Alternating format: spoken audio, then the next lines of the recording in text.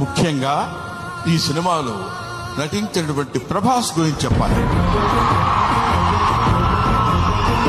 ఆయన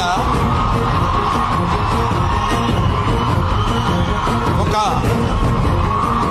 ప్రపంచం గర్వించదగినటువంటి నటుల్లో ఒకడు ప్రభాస్.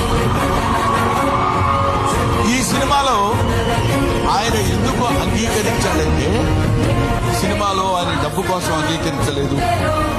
ఏదో ఈ సినిమాలో ఒక అద్భుతమైన క్యారెక్టర్ చేయాలని ఆయన అంగీకరించలేదు. ఒక మానవతా విలువలు కలిగిన మనిషి, ఒక మంచి మనిషి.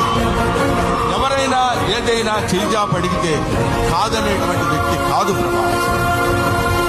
ఎవరైనా అద్భుతమైనటువంటి స్థితిలో ఉండి ఇది నాకు కావాలి అని అడిగినప్పుడు, ముఖ్యంగా ఆ విషయంలో చెప్పాలంటే మోహన్ బాబు గారికి అత్యంత సన్నిహితుడు.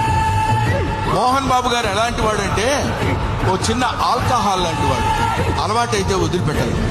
అలాగే ఎంతో మోహన్ బాబు గారి మత్తులో, మోహన్ బాబు గారి ప్రేమలో మునిగి తేలినటువంటి వ్యక్తి కాబట్టి ప్రభాస్ ఈ సినిమాలో చేశాడు. అదే మోహన్ బాబు గారి ఎంట్రీ చూశారు కదా, అతను శ్రీపతినాథ్ కూర్చున్నాడు, మ్యూజిక్ డైరెక్టర్.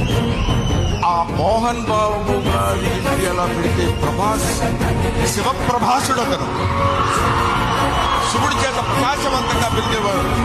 6 అడుగుల అందగాడు. అతను ఇట్టు పెట్టుకుని అలా వస్తున్నప్పుడు ఒళ్ళు గదురు పొడిచి వీర తాండవం, శివ తాండవం చేసేటువంటి విధంగా ఆ సినిమాలో నటించాడు ప్రభాస్.